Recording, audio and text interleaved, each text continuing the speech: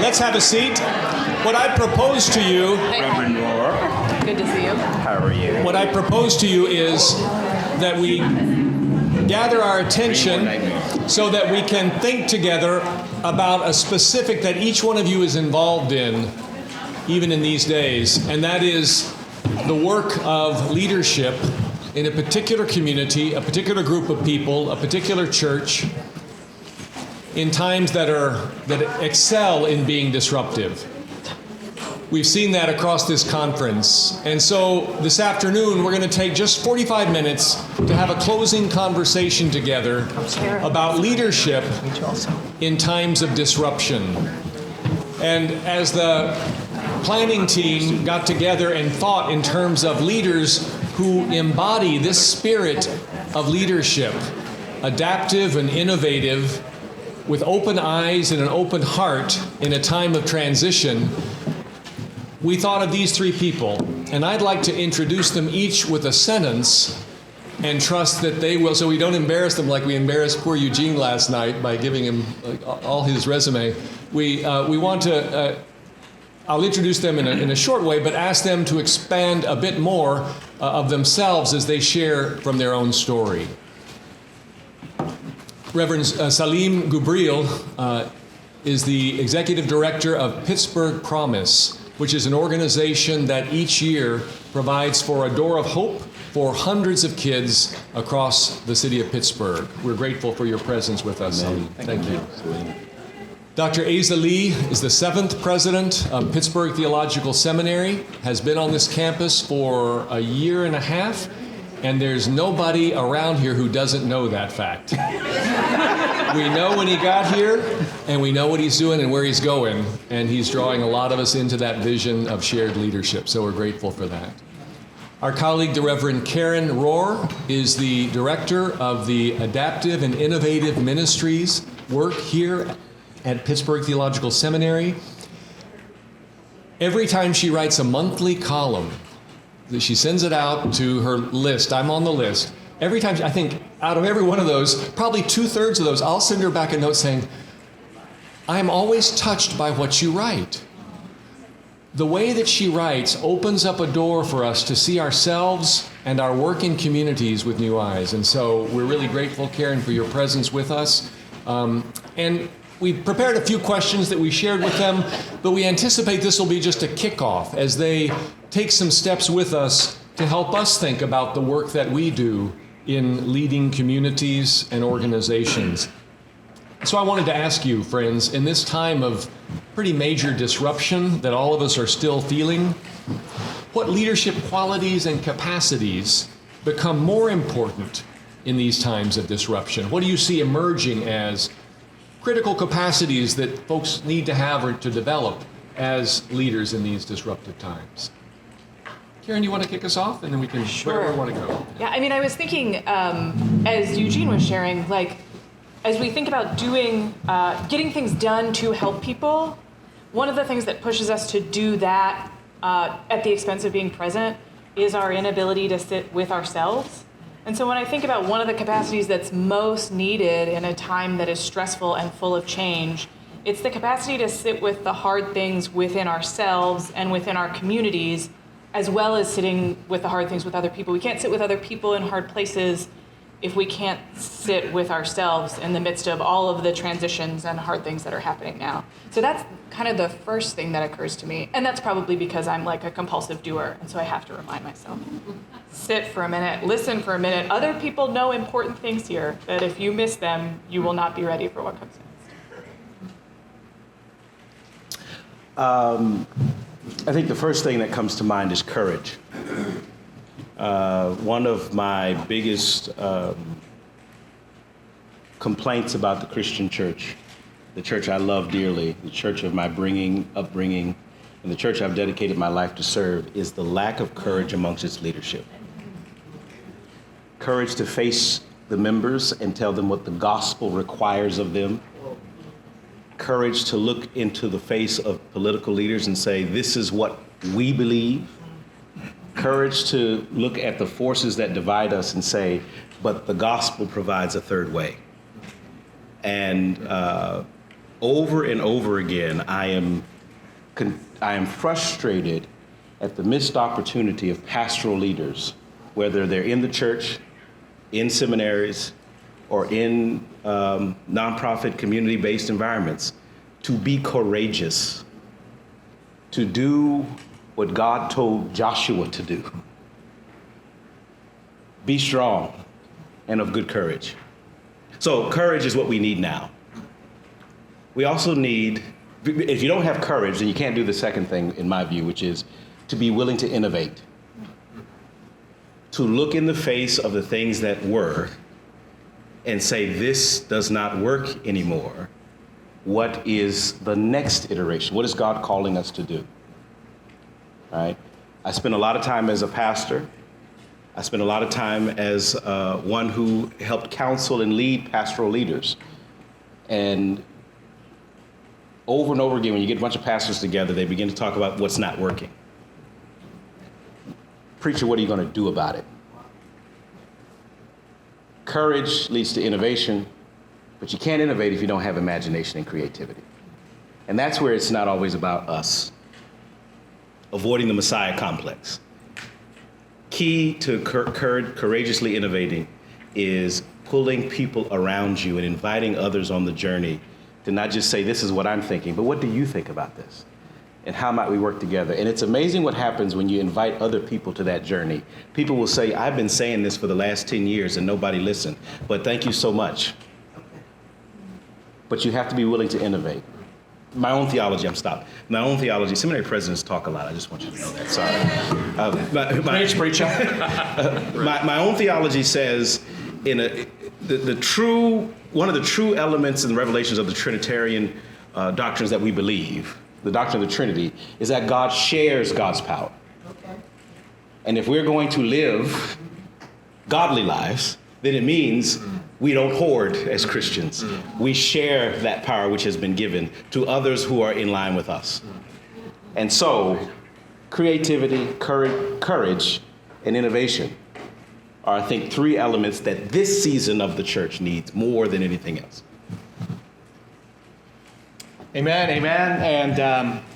And I will add simply just the long view, the ability to have vision, know that that vision is worth it, and it's not going to materialize quickly.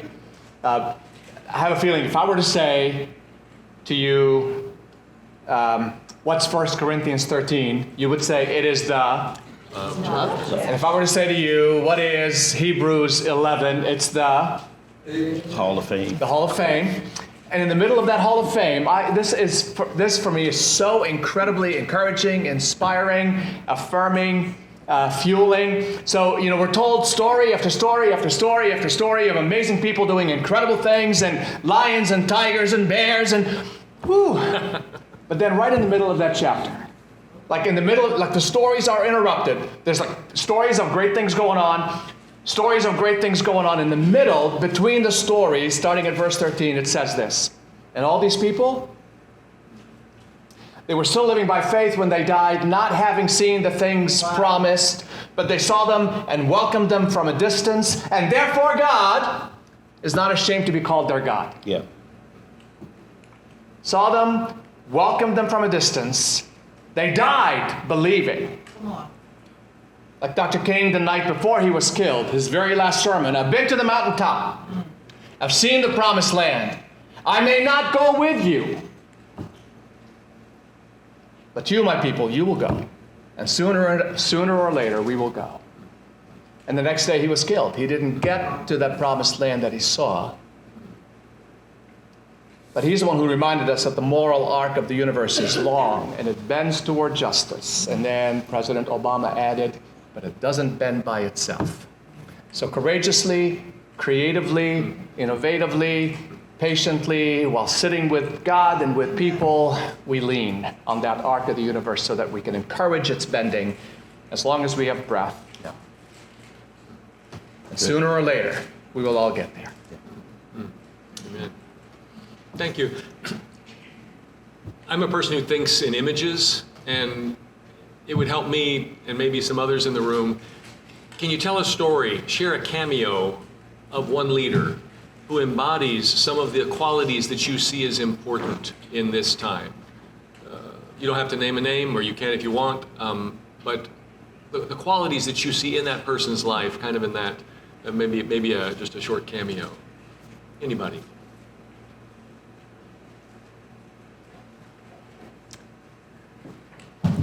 Please. I'm thinking about a friend of mine who's a new church. So we work a lot with new faith communities.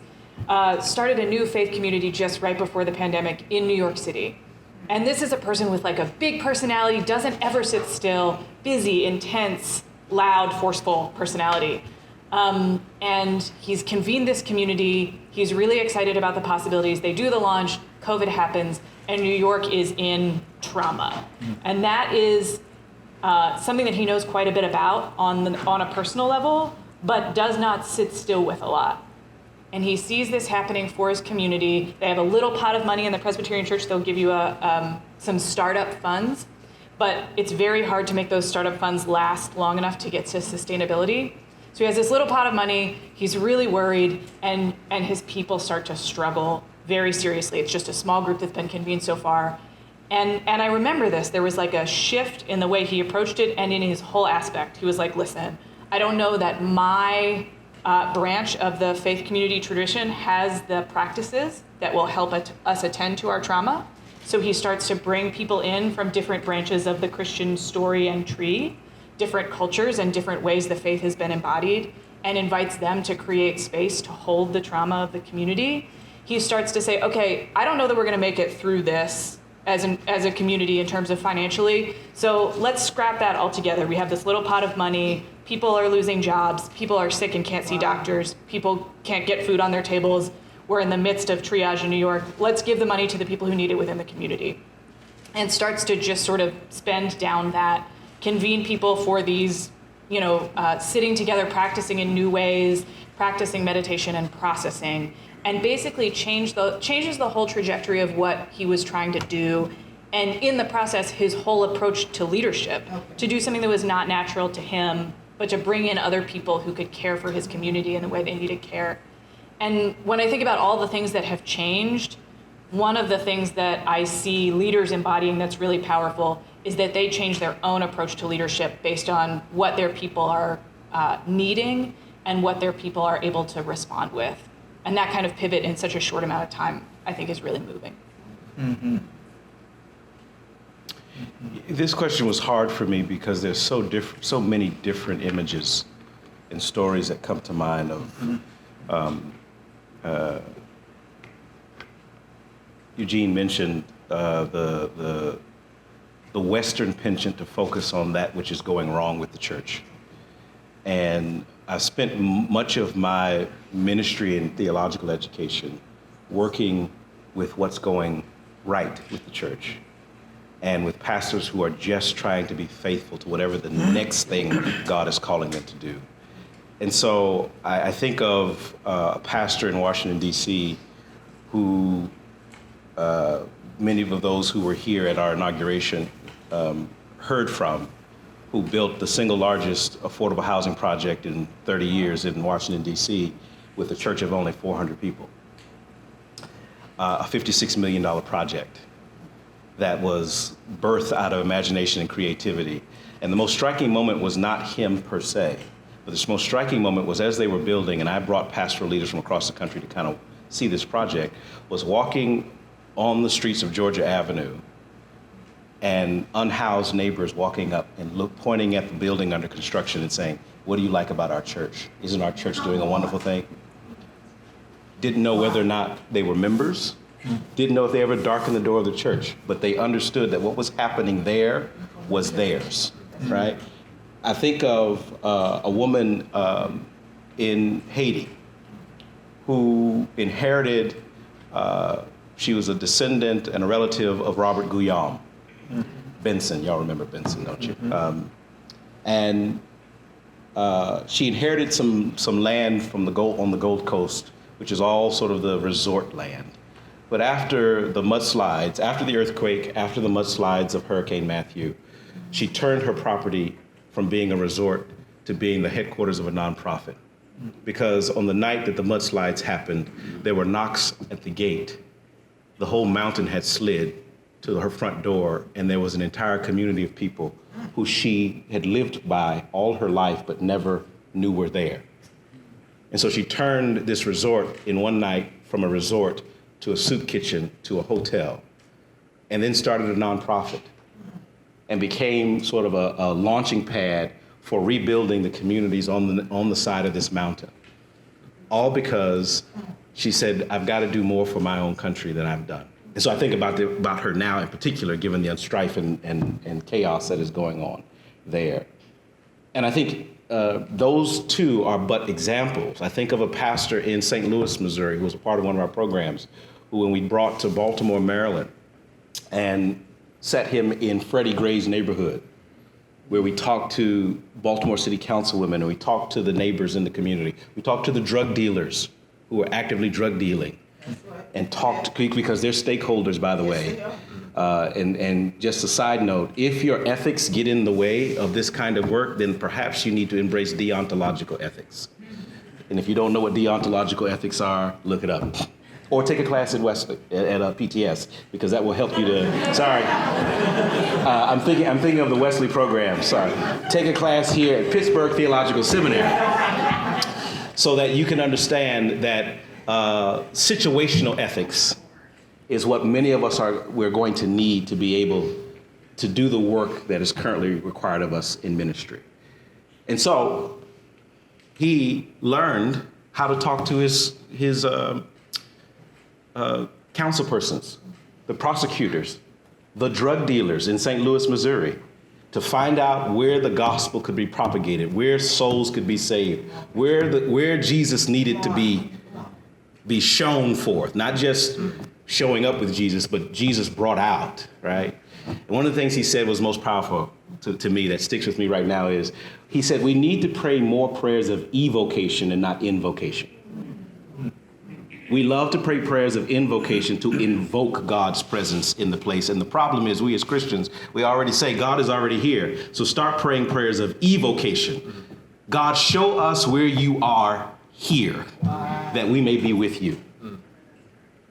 And those are just 3 snapshots. I have tons of them that help me I carry those stories with me as a part of my identity, and bring those stories here to Pittsburgh as well.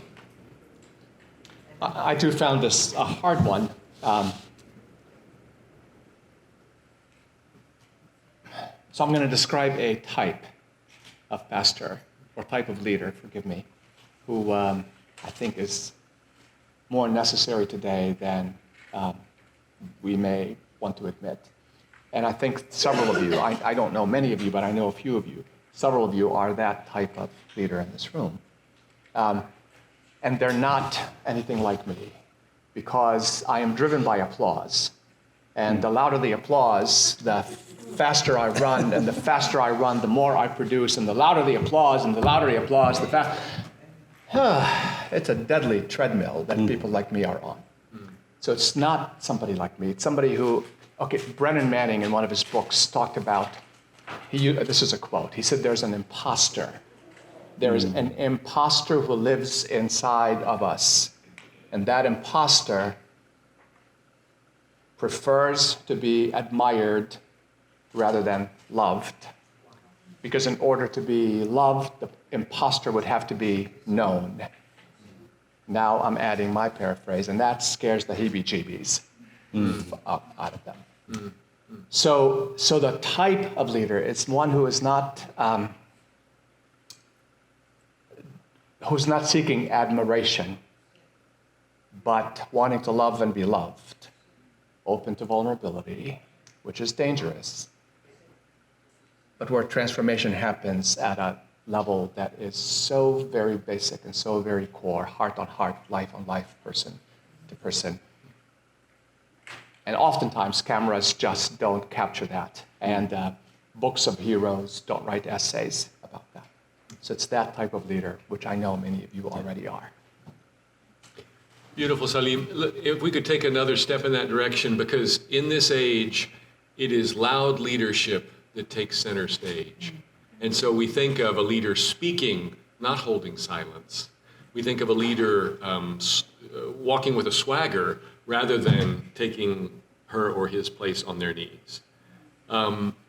Speak to us then about, I can't call them the softer qualities of leadership, but the quieter qualities of leadership. I'm thinking of empathy, I'm thinking of compassion, I'm thinking of cultural humility in these disruptive times. Do you see those?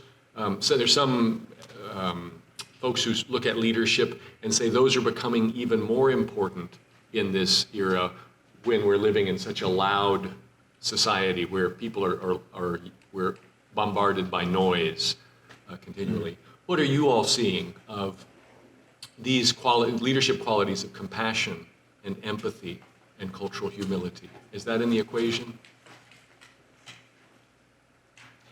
I think I'll be somewhat vulnerable as president of PTS now. And say that compassion and truth-telling are not opposites. Sure. And I think what we have a problem with sort of bifurcating those elements, so that to be pastoral is to not be prophetic at all. To be compassionate is somehow to avoid, to comfort, right? And truth-telling is not always comfortable work. But I think one of the things that I've tried to embody in my leadership here is compassionate truth-telling. To be able to say, I hear everything you're saying, I receive everything you're saying, and yes, that is an important issue. However, but, therefore, there is still a truth that has to be addressed. And allegiance to the truth means that sometimes how we feel has to be processed differently. And we're not taught that in leadership studies. That is not soft skill work, right? I think your struggle is right. I think that is the heart of the kind of leadership the church and institutions need now, right? To be able to listen and sit with those of us who are struggling with all sorts of narrative, all sorts of wounds, all sorts of struggles, all sorts of different things, and then still be able to say, what has to happen is this. Right? And so here at PTS, what I've tried to embody is a deliberate approach to hearing, receiving, and holding in tension all of the stories of this place after 230 years. And God knows there are many stories here. In the last year and a half alone, my joke has been, everybody has their own history of PTS, right? And yet, the mandate of the gospel still applies to all of those stories, to whatever the next faithful step is for this institution. So that means my charge is both to hold all those things and lead, right? And I think that's the compassion in particular is really important, but it is not at the expense at all of telling the truths that need to be told so that we can be found faithful in all that we need to be. And I think part of what you're getting at here that's powerful is that it's a move from hierarchy. Like, I have compassion upon you, and therefore I spare you from accountability. It's a move to, I see where you're coming from, and I see the struggle, and I'm going to invite you to engage in the struggle because we're in this together. Correct. And when I think about how people have responded to COVID and the transitions here, one of our graduates was part of you probably saw some of these in your own communities, like a triage food provision program. Okay, people aren't getting the food where they normally got the food, so we need to create systems quickly that will enable people who are suddenly hungry because they're out of work to get what they need. And this happened for like a month or two, and the volunteers got tired, and the structure started to break down, and they realized that they were equipping a whole community to be dependent in a whole new way because they hadn't thought through the DNA of what they were building. And there was a shift in the community that was like, okay, we actually need to look at the leadership of the people who are receiving this particular gift and see what other community strengths they have built already and start bringing a whole community of sharing around this instead of, food provision from outside brought in by the benevolent hierarchy and brought down to the needy people who are on the ground. Instead, to recognize the gifts that are there. And this student sort of facilitated a process by which The people who were receiving the food started to distribute the food themselves. There was someone who came in and taught about how you could offer trauma-informed food provision. People were brought in to drive food in different places. People served as translators. There was a wisdom circle of elders who came out every time food was provided and prayed with people and offered advice of local folks.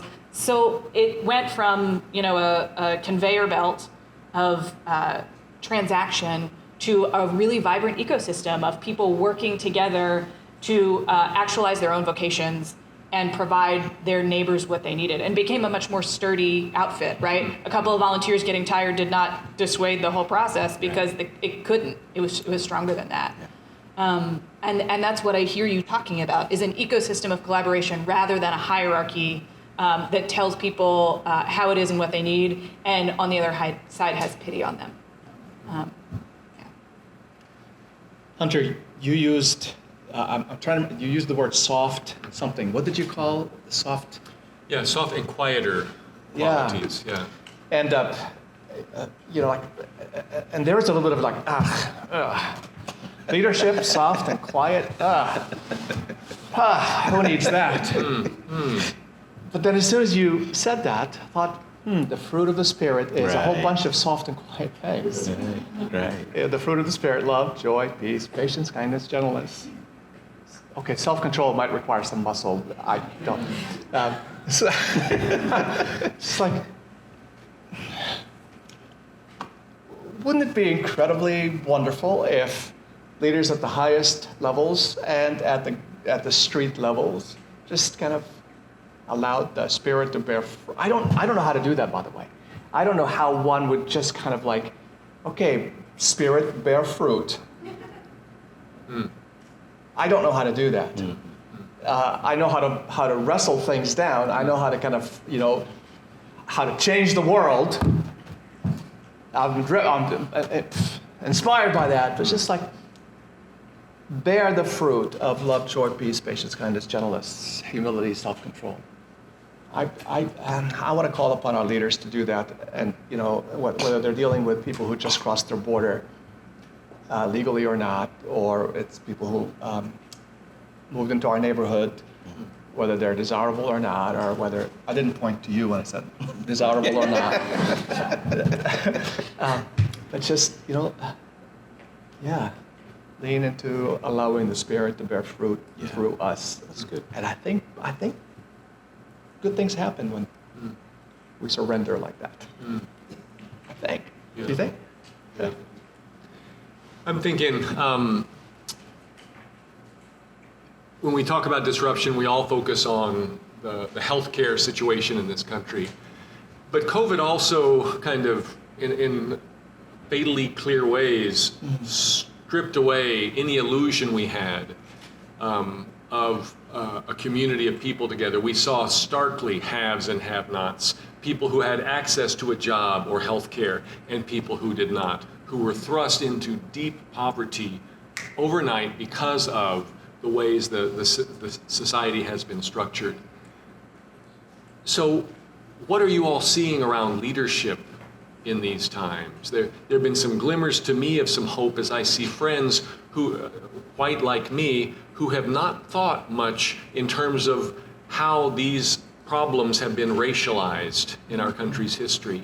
And suddenly, they're asking new questions. They're seeing inequities in front of themselves that they had not seen before because of this disruption. It's caused them to move into leadership in new and uncomfortable ways. Are you all seeing evidences of people or groups that are finding new ways to lead?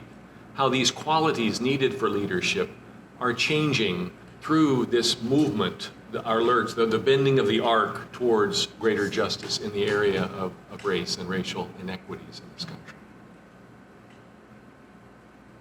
What are you seeing from your vantage points?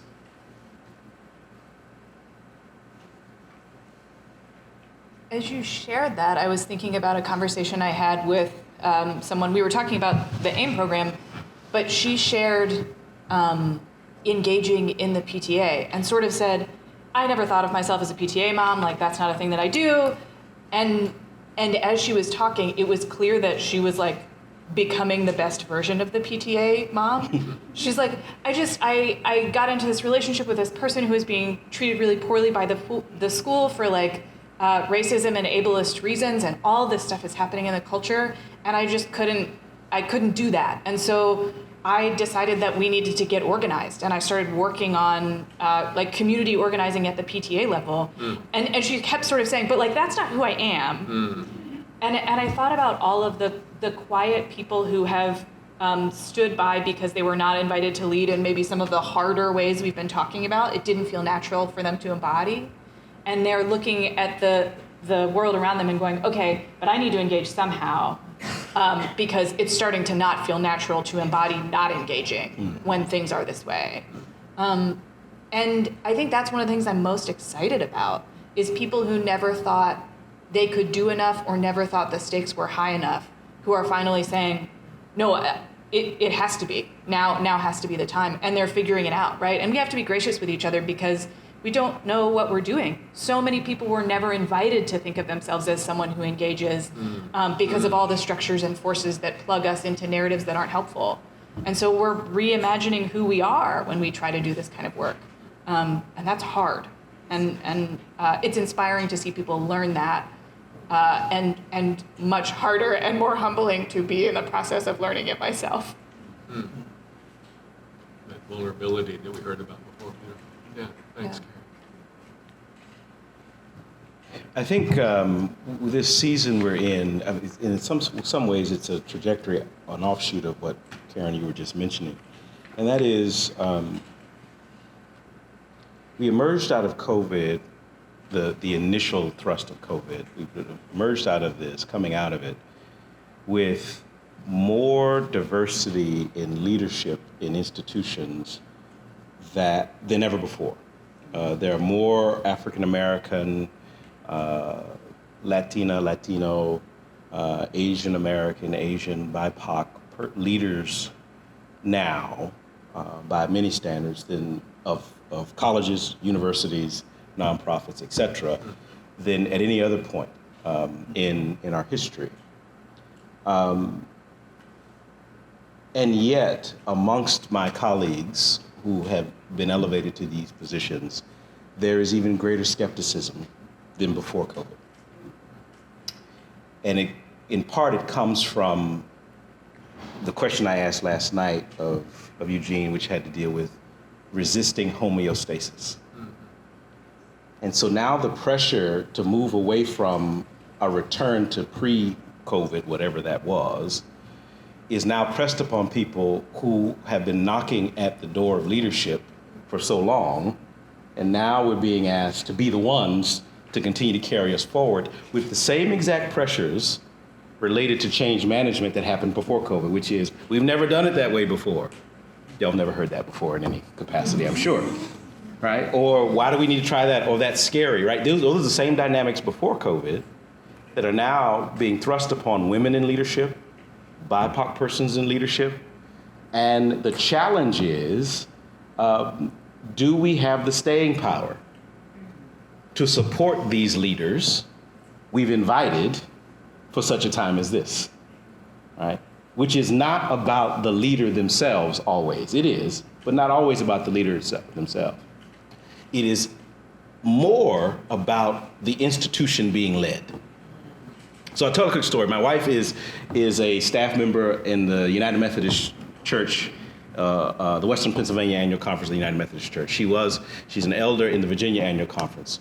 And of 6 appointments in 10 years, 4 of those appointments were cross-racial, meaning she was of a different ethnicity than the congregation she served.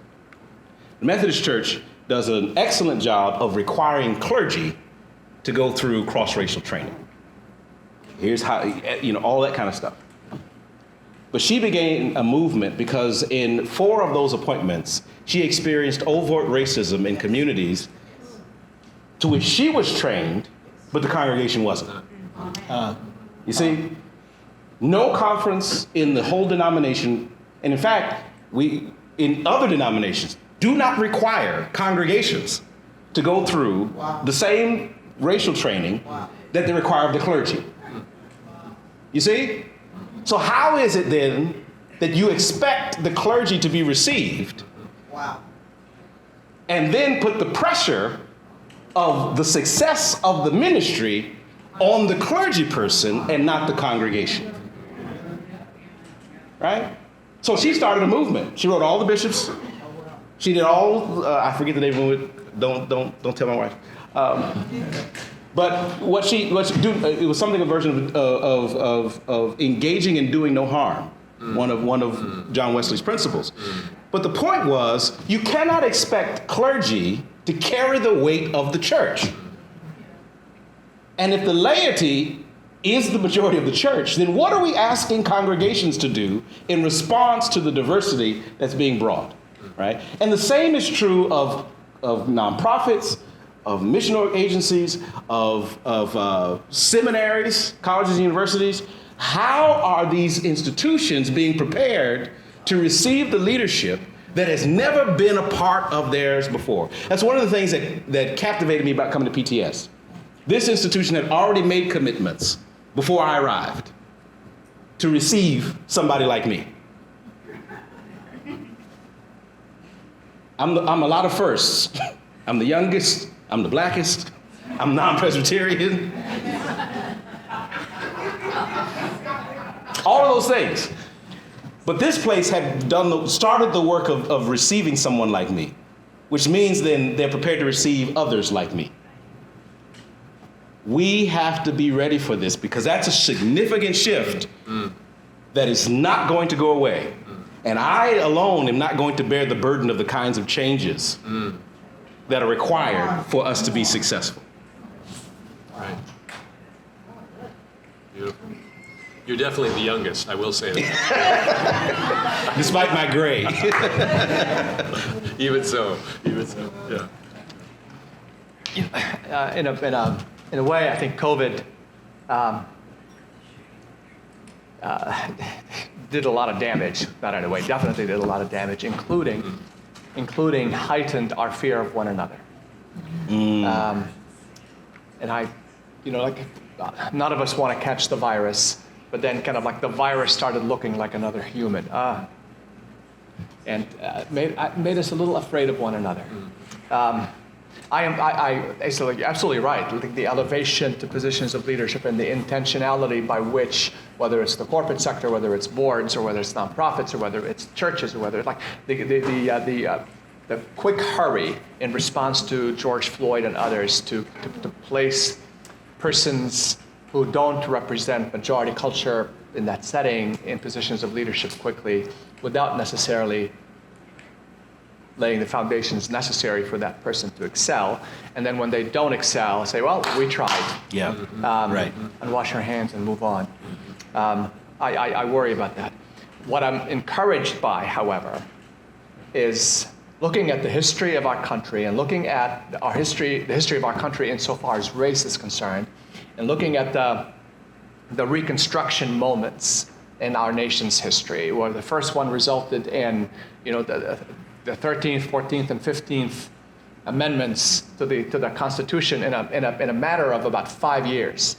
Like a whole bunch of terrible things happened for hundreds of years, but then about 5 years in that Reconstruction period, 13th, 14th, 15th amendments, and the abolition of slavery, the citizenship granted to people who are born here, but also people who are naturalized here, and the third one, what's the 15th amendment? I forget. The 15th amendment. But then, right after that, what happened? Jim Crow happened.